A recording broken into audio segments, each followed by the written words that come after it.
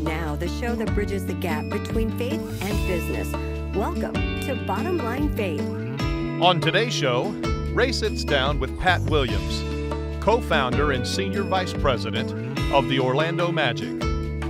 Don't waste those tough times because they're not going to last forever. And on the other side of the tough times, the sun's going to come out again. And you want to be on the other side of that tough times in a much better position to help people, to encourage them. And you can't do it unless you've been through the struggle. Well, hello, everyone. This is Ray Hilbert. I am your host here at the Bottom Line Faith program. We have the opportunity to travel the country and talk with some of America's top Christian business owners, CEOs, sports and entertainment figures, but really individuals who are high capacity leaders who are living out their faith in the marketplace. And I am in Orlando, Florida for the program today. I'm in the Amway Center in downtown Orlando, and this is the home of the Orlando Magic. And my guest on today's program, this is like a hero that I'm getting to sit down with today, a man that God has used for many, many decades. I'm sitting with Pat Williams. He is the co-founder and senior vice president of the Orlando Magic. But let me just read for you a little bit of his background. Basketball Hall of Famer. He is definitely one of America's top motivational speakers and leadership experts. Pat and his wife Ruth have listen to this, 19 children, 14 adopted children, and 17 grandchildren. Of course, he's on Bottom Line Faith today, and that's a wonderful thing from our standpoint, but he's been featured on CBS This Morning, Good Morning America, Fox and Friends, Mike and Mike, numerous other television specials and shows, as well as Sports Illustrated, Reader's Digest, Wall Street Journal, and many more. Folks, welcome Pat Williams from the Orlando Magic. Hi, Ray. Nice to be on with you. How you doing? I am terrific, and I really am honored. Thank you for taking the time to be with us today. So, Pat, on the program today, we're going to talk about leadership. We're going to talk about faith in leadership. We're going to talk about your books and how you come up with your ideas and so forth, and we're going to get to all that. But help our audience understand a little bit about your early years. Tell us a little bit about your childhood, where you grew up, and kind of walk us into how you came into a faith relationship with Christ. I grew up in Wilmington, Delaware. My dad was a high school coach and history teacher. My mother was a homemaker. There were four of us. I had three sisters. My life really was built around sports, particularly baseball. I played all three sports in high school, but baseball was my ticket. And I ended up at Wake Forest University. I was a catcher. All right. I spent 4 years there, yeah. And then I moved on to Indiana University and got my master's degree. In the meantime, I had signed with the Phillies. I was a minor league catcher for 2 years, okay. And that led to 5 years in the front office in the Phillies minor league system. And then 50 years ago, I left baseball. I was hired by the 76ers. Dr. Jack Ramsey brought me to Philadelphia, where I started my career in the NBA. That led to 4 years as the GM of the Bulls and a year leading the Atlanta Hawks. Then back to Philly for 12 years as the GM of the 76ers.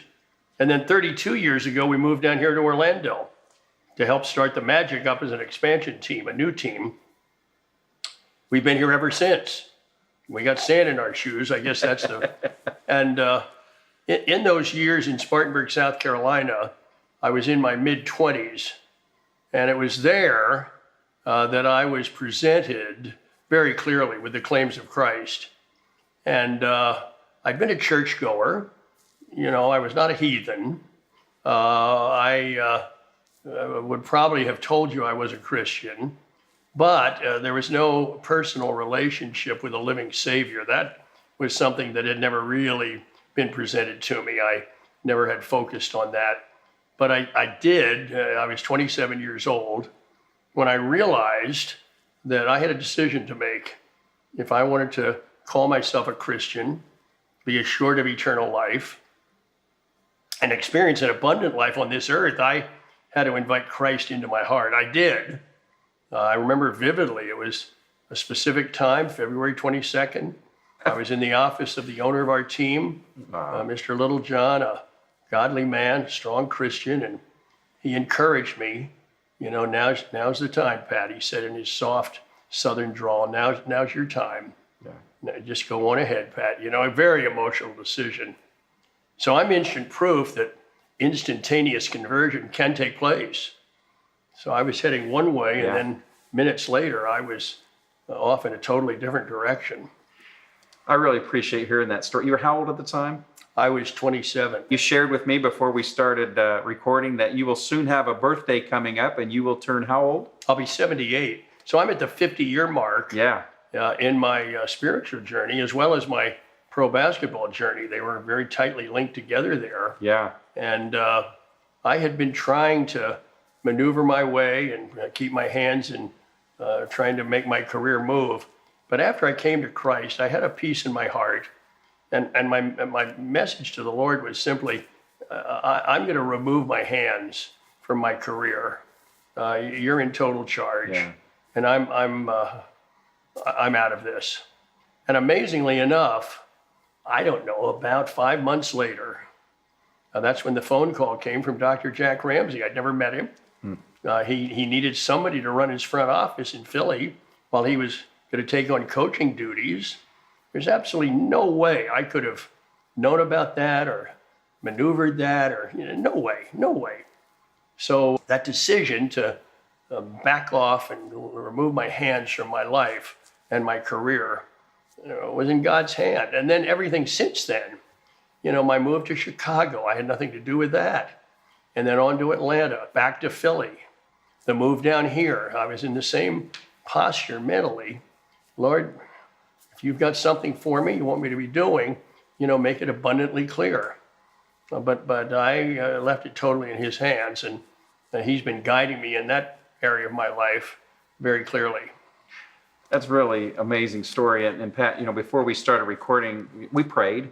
And one of the things that we specifically pray for here at Bottom Line Faith is that if there could just be one person that would hear this conversation, that they would be encouraged. Maybe they're a young follower of Christ or what have you, and maybe they're frustrated, maybe they're discouraged or whatever, but maybe right now there's someone listening to us who's striving in their career.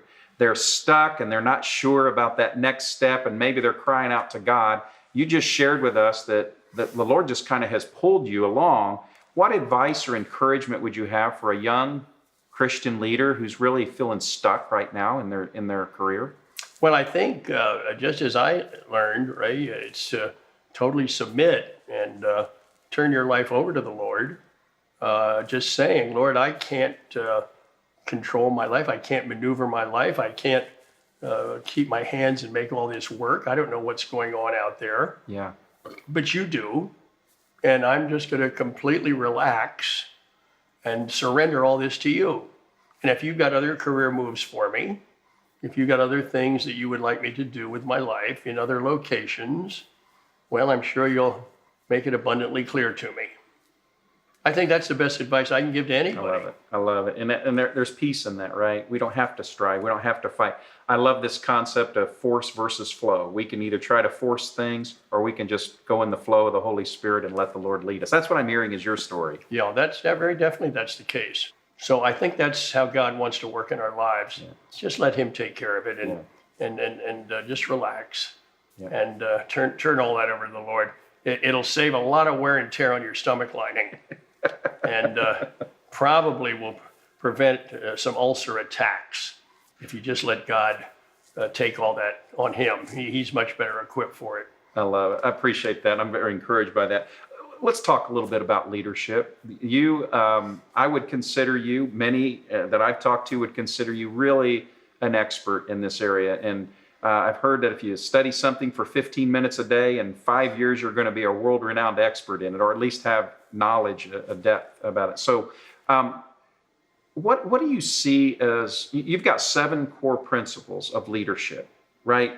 And I can read them if you'd like me to, or you could share them. Which would you prefer? Well, I can share them very easily, Ray. I've done, in my study of leadership, of every great leader that I can find, from Jesus to George Washington, to Thomas Jefferson, to Abraham Lincoln, to the Roosevelts, all 3 of them, including Eleanor, to Ronald Reagan, to Jack Welch, to Bear Bryant, to Pat Summitt, to Bill Belichick, to Red Howard. I mean, on and on it goes.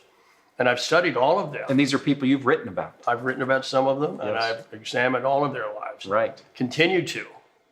And it's quite amazing to me that every single one of these leaders, when you get down to it, have 7 core principles that have allowed them to be outstanding leaders. The good news is that all of us who are in leadership position, and that includes everybody who's listening or watching, can emulate these and can apply these 7 principles to their life, and they can improve as leaders very quickly, like today. So the first core principle is simply called vision. Now, great leaders are visionaries. They see the future before it gets here. They see farther down the road. They have a handle on where they're headed. They've got specific goals in their life. But vision is a huge part, the key part of leadership. If the leader and his people don't know where they're headed, if they're just drifting and wandering, nobody's going to follow them anywhere. Yeah, that's right. The second thing that great leaders possess is the ability to communicate that vision. They're excellent communicators. They've really worked hard at their communication skills. They don't take it for granted. They understand the importance in your communication being clear and being concise, being correct, being consistent, being calm, cool, collected as you communicate. And that gives you as a leader confidence. And above all, it gives people who you are involved with, they feel a whole lot more confident because of your ability to communicate well. People skills would be the third thing that I've learned. Great leaders care about people. They're interested in other people. They have empathy for people. They care about them. I guess the best way to say it is they love people. I've just done a book called Coach Wooden's Forgotten Teams. It's about his summer camps. One of the people I talked to said, John Wooden, Coach Wooden, wasn't just good to people, he was great to people, this guy said to me. He wasn't just good to people, he was great to people. That's a good attribute of people-oriented leaders. The fourth thing I can tell you about great leaders, they're men and women of character. They have strong character. I think you can only go as high on the leadership ladder as your character will allow you. So in this case, we're talking about honesty and integrity. We're talking about responsibility. We're talking about a humble spirit. We're talking about a work ethic. We're talking about maturity in leadership. That's a part of character. And maybe the most important thing of all is influence. Influence, really, when you get down to it, may be the key attribute of character-based leaders. The fifth thing I can tell you about every great leader I've ever studied is they're competent. They're good at what they do. They're good at solving problems. They're good at spotting talent and then meshing that talent into a team. In their heart of hearts, they're all teachers. They're very, very competent in teaching.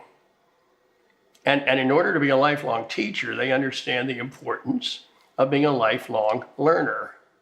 That means they continue their formal education, perhaps, or they hang out with really smart people, or they're lifelong readers. Harry Truman once said, not all readers will be leaders, but all leaders must be readers. Then the sixth thing I've learned about competent leaders is simply called boldness. Great leaders understand that at the end of the day, it comes down to decisiveness. You've got to make decisions. You've got to do what George W. Bush said in the White House one day. He said, I'm the decider. He said, I decide what to do. Well, at the end of the day, that's what great leaders have to do. Somebody's got to be the decider. And if you don't have a decider in your ranks, well, guess what happens? Nothing happens, and organizations just start spinning. They're like a leaf in the pond. They just spin. They never do get anything done. And then finally, serving-hearted leadership would be the seventh thing. great leaders have an outlook. It's not about me. It's always about you. It's not about building my resume. It's about building yours. It's not about advancing my career goals. It's about advancing yours. And it's not about my success, but the success of this organization that I'm leading. That's how a serving-hearted leader is thinking. So those are the 7 principles that I have observed in every great leader that we examine and study and, admire from afar. And as I mentioned, Ray, the good news is we're all very capable of taking those 7 principles and applying them in our own lives as leaders. So you mentioned a lot of great leaders, and obviously these principles you studied and written about your entire life. So if you had to identify 1 or 2 leaders that you've studied, that you've written about, that you would say most demonstrates, if you had to pick 1 or 2, who would most demonstrate those 7 traits of everybody you've studied? Well, Jesus would lead the pack without question. Yeah. No question. He exemplified all 7 of them, in abundance. John Wooden would be on my list. Yeah. The great UCLA coach. Billy Graham would be on my list. George Washington. The more I study Washington, the more I realize that without him, we may not have a country today. We may not have a country. Yeah. That's how important he was. And Abraham Lincoln, who led us through the 5 most difficult times in American history. And there was one thing, that just kept him going, because there's so many people were leaning on him and pleading with him to settle with the South, to go ahead, let him go, just let him go. Let him have their own country down there, But he was driven by the thought, one nation, one nation. That was his vision. That was his vision, and that's what kept him going, one nation. Yeah, wow. Through so many tough times, so many battles that went against them. Yeah. So many generals who just didn't general well, frustrated him to death. But he was absolutely unyielding on that basis of his vision, one country. That's a good start, right? That's a great list. Martin Luther King Jr., I probably want him on that list. That's amazing. Ronald Reagan. Yeah. You could probably come up with a pretty good field. And you've written books on a lot of these folks, and that's really a great transition. So you've authored, did you say 108 books? Well, this Wooden book is 108. 108. And don't ask me how it all happened. My high school English teacher would be stunned, absolutely shocked. He would not believe this. But the ideas have kept coming.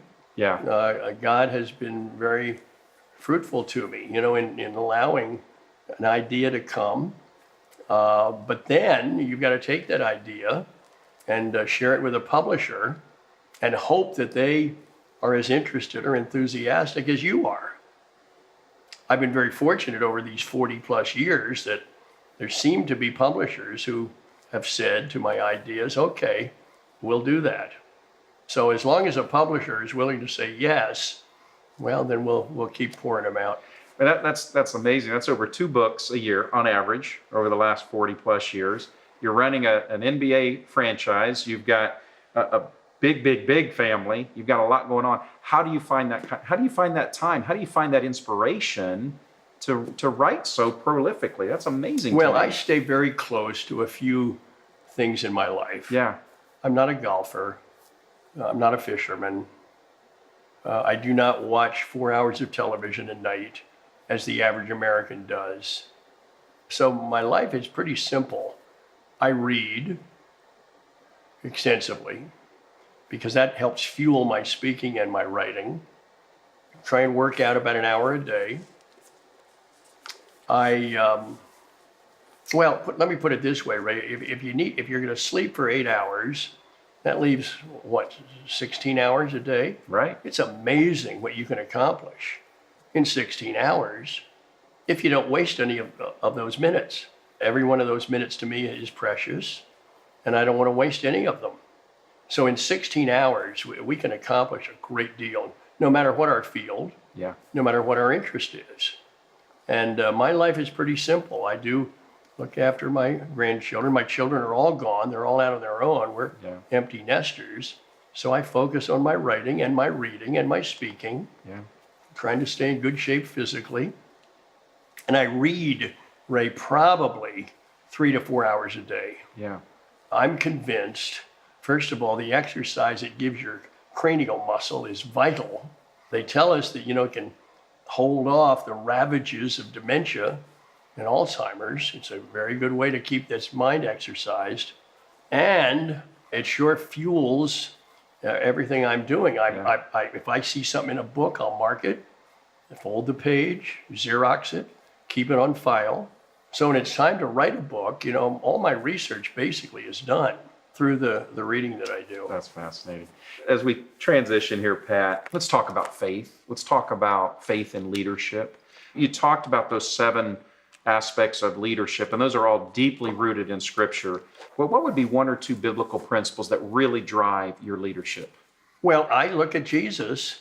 As I read through the 4 Gospels, you can study Jesus in many different ways, but I am here over the last few years, I've been fascinated and intrigued by how he led. I think one great problem with every leader that I've ever run into is delegating. Okay. I want to write a book one day called Every Leader's Greatest Struggle. I think it's delegating. Every leader thinks, I've got to do all this because nobody can do it better. Nobody's better qualified. But there's Jesus who handpicks these 12 guys. I don't think any of them were superstars. Right. But he spent 3 years investing in them and teaching them and getting them ready because he knew he was leaving this earth.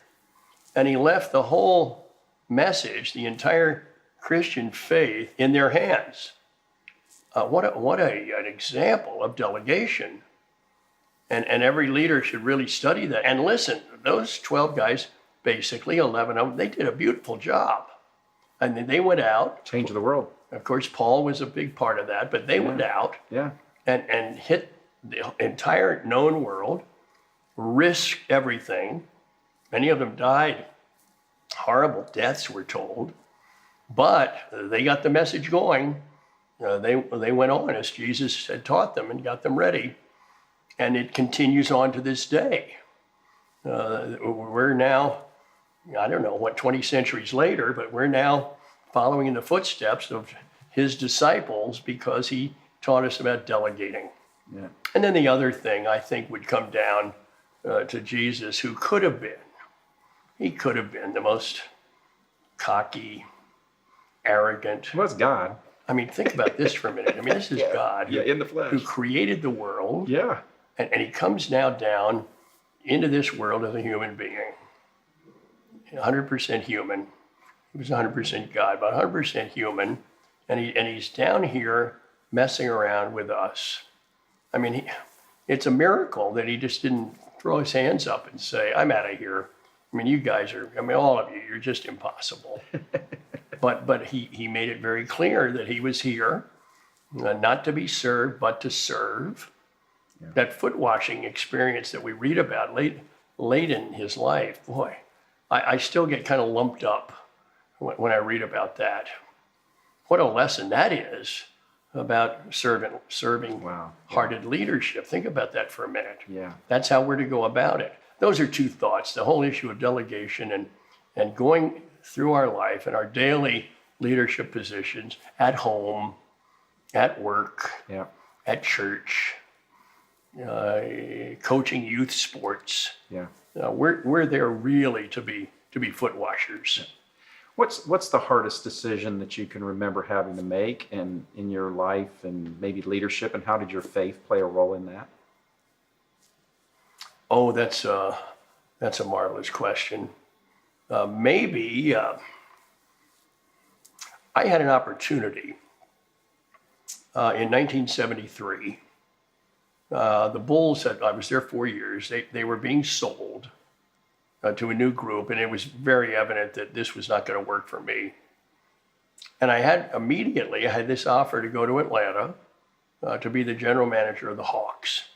At the same time, again, in a way I never could have imagined, I get a call from the president of the Baltimore Orioles baseball team asking or saying to me, we would like you to come here and become our general manager of the Orioles baseball, where I'd started and left, I guess 5 years prior.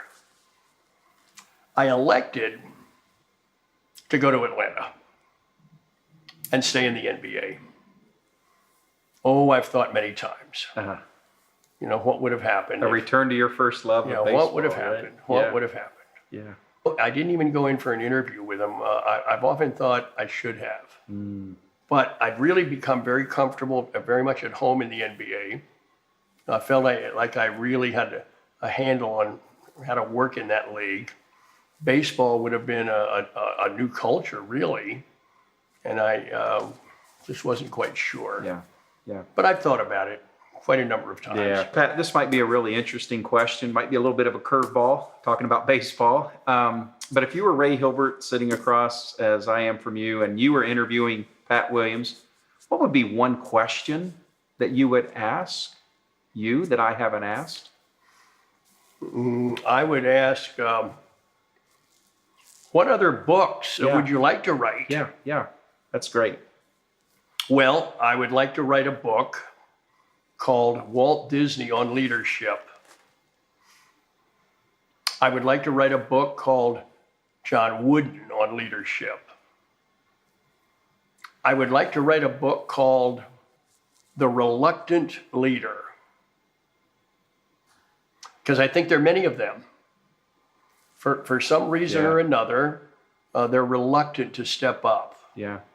There's always a reason, and or once as a leader, they're reluctant to delegate, or they're reluctant to have mentors. They're reluctant to make bold decisions, perhaps. Yeah. Or they're reluctant to be a lifelong learner, or all of the above. I want to write that book. I don't think anybody's tackled that one. Yeah. In the leadership field, the reluctant leader. Those are some thoughts that come to mind. Well, based on your current trajectory and pace of writing books, those 6 books, it's at least the next 2 or 3 years, and you'll have those done. Yeah, that'll keep me going. That'll keep me going. What was the best advice anyone ever gave you, and how does it continue to impact you today? Well, it probably took place in Chicago. I was the general manager of the Bulls, going to the Moody Church, historic Moody Church. Dr. Warren Wiersbe was the pastor at that time, marvelous teacher, great Bible teacher. And I had been on a roll since becoming a Christian. You know, I had moved through baseball. I'd been vaulted into the NBA, moved to Chicago. I mean, every single thing had just gone perfectly in my life. And then, this would have been around 72, 73. It was like the wheels fell off. Everything became a struggle. It was not going well for me. And I kept thinking, Lord, what's this about? I'm your boy, remember? I mean, this is not right, you know. And anyway, I asked Dr. Wiersbe if he could come over for lunch. I needed to talk to him. And he said to me, okay, Pat, what's up? And I told him, and told him all that was going on. And he looked at me and he said, don't waste your sufferings here, Pat. That's not what I wanted to hear. I thought, where is the soft, cushy shoulder? Where's the hug? Perhaps some Kleenex. No, he just said, don't waste your sufferings. Didn't really register all that much at the time. However, that was a long time ago, and it's really the single best piece of advice I've ever gotten, because there have been many sufferings in my life, many failures, many issues that didn't work out. They're there, trust me. But as a result of them, I've come to the conclusion you don't want to waste those tough times. Because in the tough times, we're so teachable. We cling tightly to the Lord when things are going rocky for us. Yeah. Boy, we hang on tight. When things are going very well, I have a tendency to say, you know, I got this. I've got this one. I'm handling this just fine. Yeah. But when they begin to fall apart at your feet, boy, we hang on tight to the Lord. And I think that's what Dr. Wiersbe meant. Don't waste those tough times, because they're not going to last forever. And on the other side of the tough times, the sun's going to come out again. And you want to be on the other side of that tough times in a much better position to help people, to counsel them, to encourage them. And you can't do it unless you've been through the struggle. Yeah. If it's all just been peaches and cream, hard to really get your arms around people who are having tough times. On that note, you've had tough times. 2011, diagnosed with incurable cancer. What has that tough time taught you, and how has God used that to minister to others? Well, Ray, let me just go back even further. 1947, we have a baby sister born into our family, but as it turns out, she's a Down syndrome baby. And that was unheard of back in those days, 1947. Then, driving home from my college graduation, 1962, my dad was killed in an automobile accident. After 23 years of marriage, my wife left.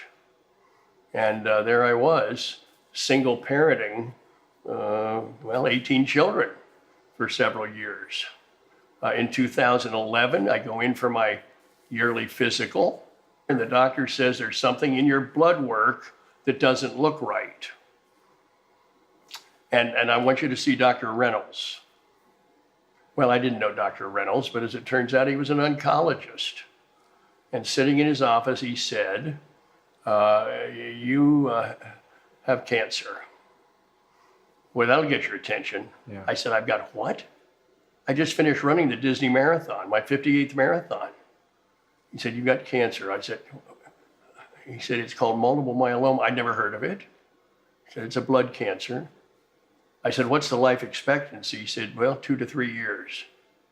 He said, but there's some wonderful new medications coming along. We want to keep you alive long enough for these new meds to take effect. Well, they have. And so I'm now in the 8th year and hanging in there. I share all that with you, Ray, that we all have storms in our life. And I'm simply saying, don't waste the storms. Don't waste them. So I can counsel people on Down syndrome children, or the loss of a parent, or struggles in a marriage. I can talk on that one. I can talk about cancer. I can talk about